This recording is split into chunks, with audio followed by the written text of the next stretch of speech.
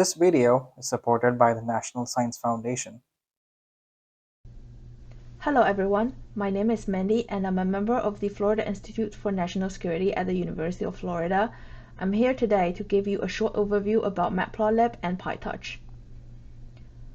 First part of this video is a brief overview about Matplotlib, including visualizing single multiple sets of data in one figure with different colored and styled lines, and visualizing multiple sets of data in separate plots at once. The second part of this video will be a PyTorch overview. I'll be going through the PyTorch tensors, custom datasets and data loaders, how to build PyTorch model from scratch, how to prepare for training a model, how to train and save a model, and finally load model for testing and evaluations. I will include links to supplemental materials in the description for your references.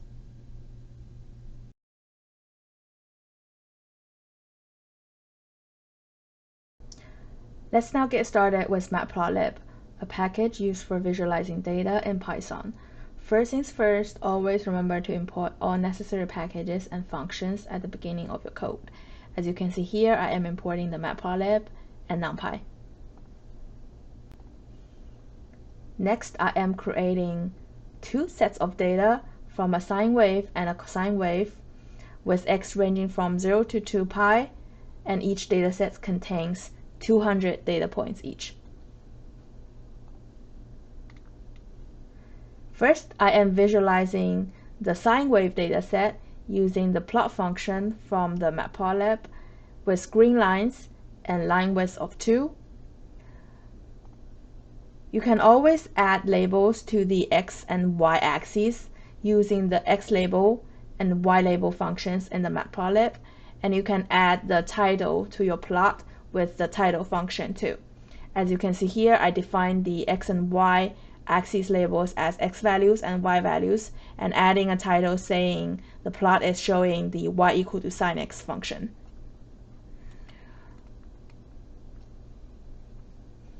Then I am adding the cosine wave dataset to the same plot, also using the plot function here, but the cosine wave function is plotted with red line instead. I also added a legend to indicate which line corresponds to which function. An informative and neat plot should always include a title, x and y axis labels, and a legend if the plot is showing more than one set of data. As you can see here, the plot is now giving me two different lines, and the legend here is saying that the green line is a sine x and the red line is a cosine x, and it's giving the same x and y axis labels as I defined here, and then the title is now changed to y equal to sine x and y equal to cosine x, and it's shown here. The next thing I want to introduce is how to visualize multiple plots at the same time. Sometimes the data points come from different scales, so it would not be a good idea to include them in the same plot, but you can always include multiple plots in the same figure. Now I am creating two more sets of data points. The first one consists of 30 data points from a Gaussian distribution.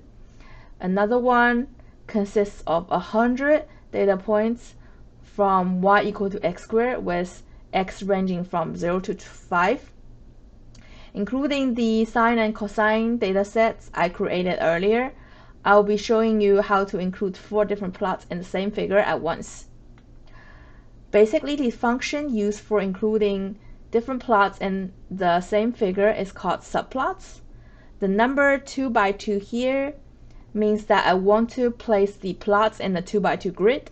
This would change depending on how many plots that you want to include. And I am defining the locations of different plots here.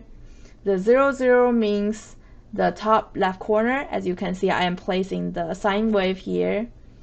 And then the 0, 1 means the top right corner. I am placing the cosine wave there. The 1, 0 means the lower left corner, and I am placing the Gaussian distribution plot there.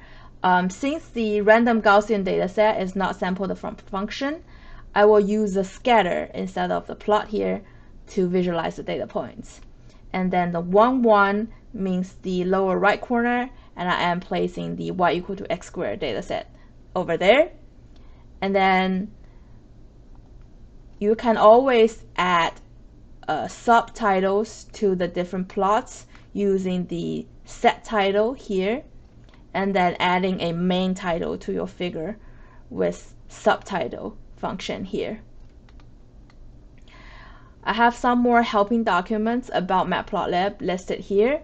If you want to know more about axes and subplots, use the link here. And then if you want to know more about changing the style of the lines, like changing the color, changing the lines, use the link here. I will include these two links in the description for your references too.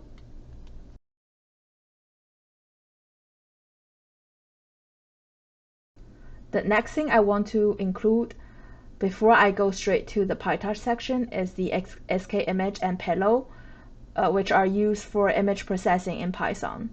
The Scikit-image website provides you a crash course on NumPy for images, including some common operations, NumPy indexing, NumPy with color images, and coordinate conventions. I highly recommend you check this out. There are some other additional libraries for processing images, Pillow and OpenCV. Pillow is always used with PyTorch, so I highly recommend you check this out before you get started with PyTorch.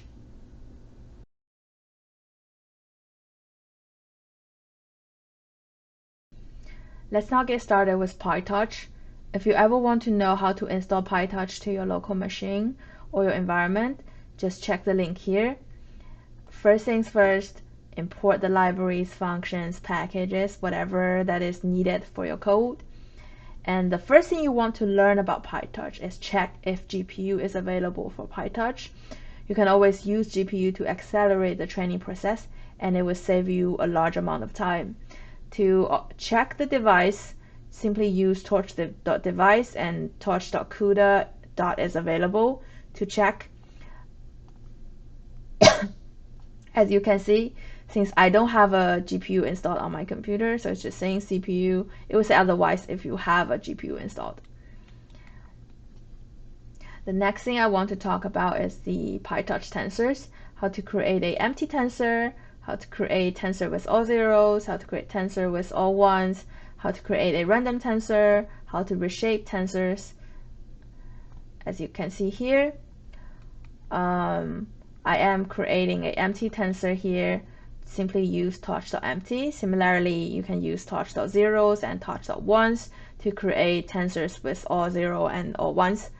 And use torch.rand to create a tensor with random values. But if you ever want to recreate the same tensor afterwards, remember to specify a seed for the random state here. And then if you want to reshape your tensor, simply use whatever the tensor that you want to reshape and use dot reshape followed by the new shape that you want it to be. So as you can see here, I have the empty tensor, the zero tensor, and the ones tensor, and the random tensor was 3×4 as I defined here, and then after the reshape it's now 2×6 as I want it to be defined here.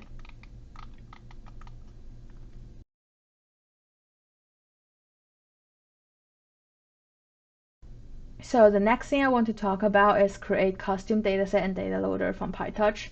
As you can see here, I have imported all the libraries and functions needed. You will be using the dataset and Dataloader modules from the torch.utils.data for this task.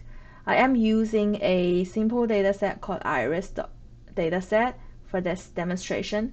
It contains 4 different features as listed here. And then I am creating a class called custom dataset to define the custom dataset from my data. You can name it whatever you want. So if you have a dataset containing maybe flower information, you can call it flower dataset or whatever you want it to be. Just make sure you're calling the right name after you're actually creating the dataset from your data file. So the first part here is to read in the data file and defining the transforms. I don't have any transforms applied here, but make sure you include this if you ever want to add transform to the sample. And then this function basically just tells you how many data points are there in your data set. This one is necessary. You will get error messages otherwise. And the get item part would be retrieving the data entry from your data file and convert it to PyTorch tensors, and it will be ready to use for training later on. So as you can see here, these two lines of code are extracting the features and convert to NumPy array, and extract the labels and convert them to NumPy array. And then these two lines of code are basically just transform the feature and the labels to the tensor and return them as an output. So as you can see here, I am calling the custom dataset module I defined here, and then I am saying that the file is located at data arrays.csv. Since I don't have any transform, so transform equal to none. I want to talk about the file management here. So as you can see, my additional lecture Jupyter notebook is located in the folder called additional lecture, and there is a subfolder called data, and you can see the iris.csv file is in there. That's why I put it like that.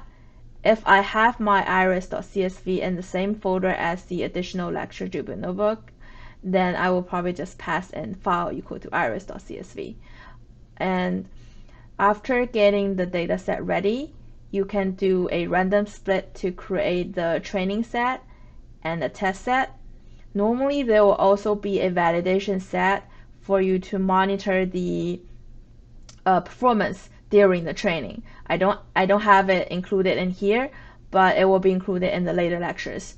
So after getting the training set and the test set, you can create data loaders from both sets separately. So as you can see, I am creating a training loader from the training set with batch size of 4 and have it shuffled.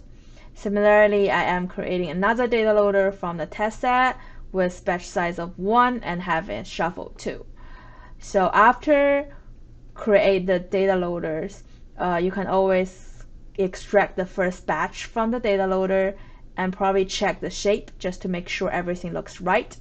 So as you can see here, the shape of the feature tensor is 4 by 4. That's because I have a batch size of 4 and this data have 4 different features. And then for the label tensor, since the label in this data set is just numbers, so the shape of this tensor is just 4. The package I used for reading the CSV file and earlier here is called pandas. If you ever want to know more about pandas, please check this link here. It's very useful for data analysis and deal with CSV files.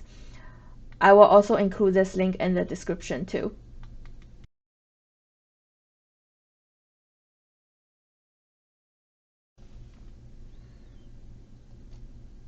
The next thing I want to talk about is how to build a PyTorch model from scratch. So as you can see, I am importing libraries and functions needed here.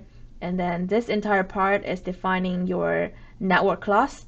And the first function here in this class is defining your model's architecture. And the forwarding function here basically tells how your model computes the output of the entire network. So as you can see here, my multi-layer perceptron, that's why I name my model MLP. You can name your network something else as you like it to be. For example, if you have a CNN, you can name it CNN or whatever you want it to be. But just make sure that you are calling the right name afterwards. So as you can see here, my multi-layer perceptron has an input layer followed by a ReLU function and then have an output layer, a very simple one. And then for the forwarding function, it would just be the input would pass through the input layer and then get the output of the input layer and then pass into the output layer again and get the final output of the entire model. The input dimension for this case is 4 because my data set has only 4 different features. The output dimension would be 3 because my data set has 3 different classes. Let me run this code and it will print out the model summary. So as you can see here, my multi-layer perceptron has 2 linear layers with the input feature of 4 and the final output feature of 3. After build the model, it's time to get ready for the training. You have to define the optimizer, the loss functions, and the training function, etc. before you actually get to train your model. So as you can see, I am importing the optimizer module from the PyTorch, and I am also importing the accuracy score from sklearn. This is the metric I'll be using to monitor the performance during the training. So first, define the optimizer and loss function for training the model. I am using the SGD with learning rate of 0.001, and I am using the cross entropy loss as my loss function because my dataset has 3 different classes. If it's a binary classification task, you might be using the binary loss as your loss function. Before you get started with training, remember to place your model and loss to the device, otherwise you will get errors. It has to match during the training, and you will do the same thing for the data loaders later on when you actually get started training. And then defining the accuracy function for the monitoring the performance during the training, and then defining the training function here. So the training function is actually not required for this. You can put the entire thing in your training loop if you want, but it will probably make your code look more complex and maybe harder for debug later. So I would recommend have a separate training function so that your training loop would look prettier and easier for people to understand.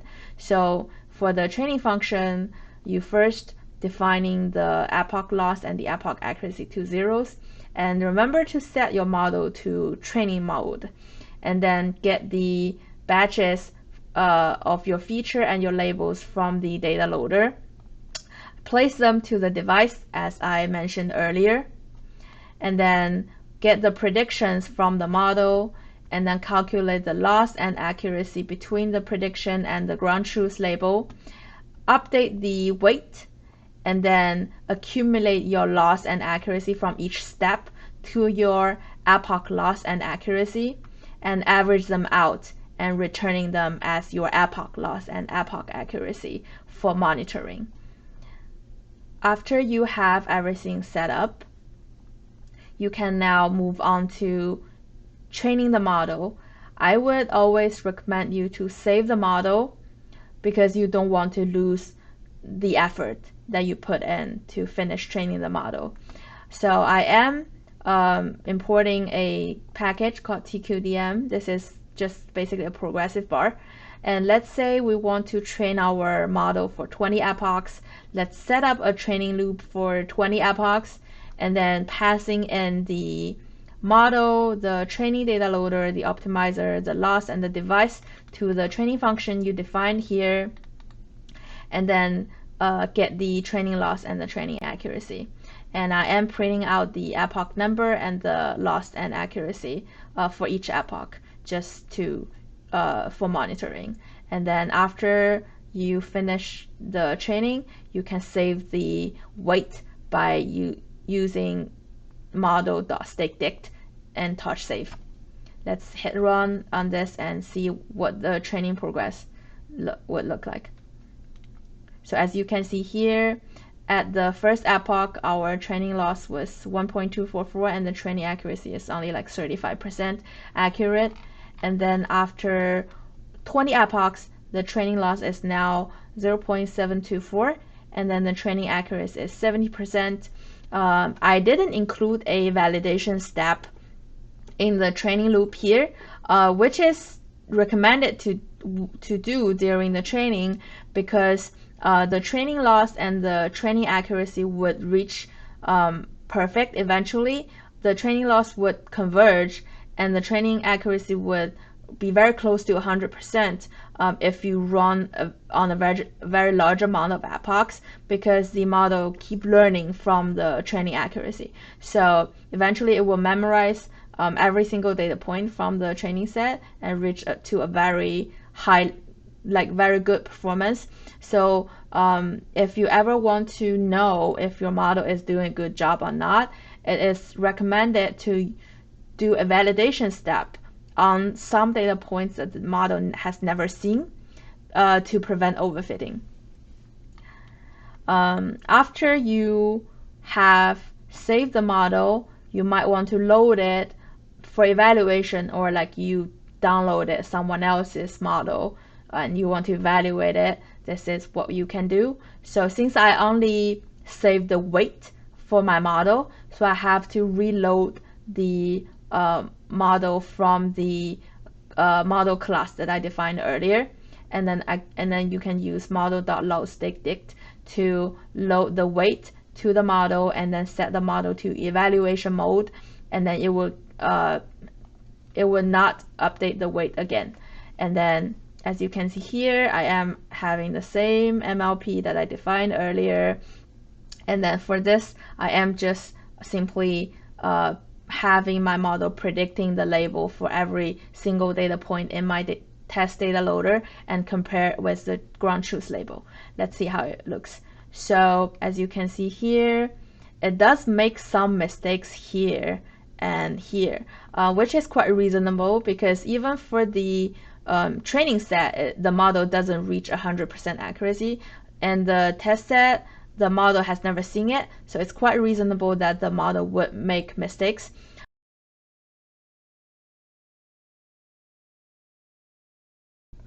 In summary, this is what we have covered today: how to visualize data with Matplotlib, how to build a PyTorch model from scratch, train and evaluate existing PyTorch models. Please check out the description for more information. Thank you for your time.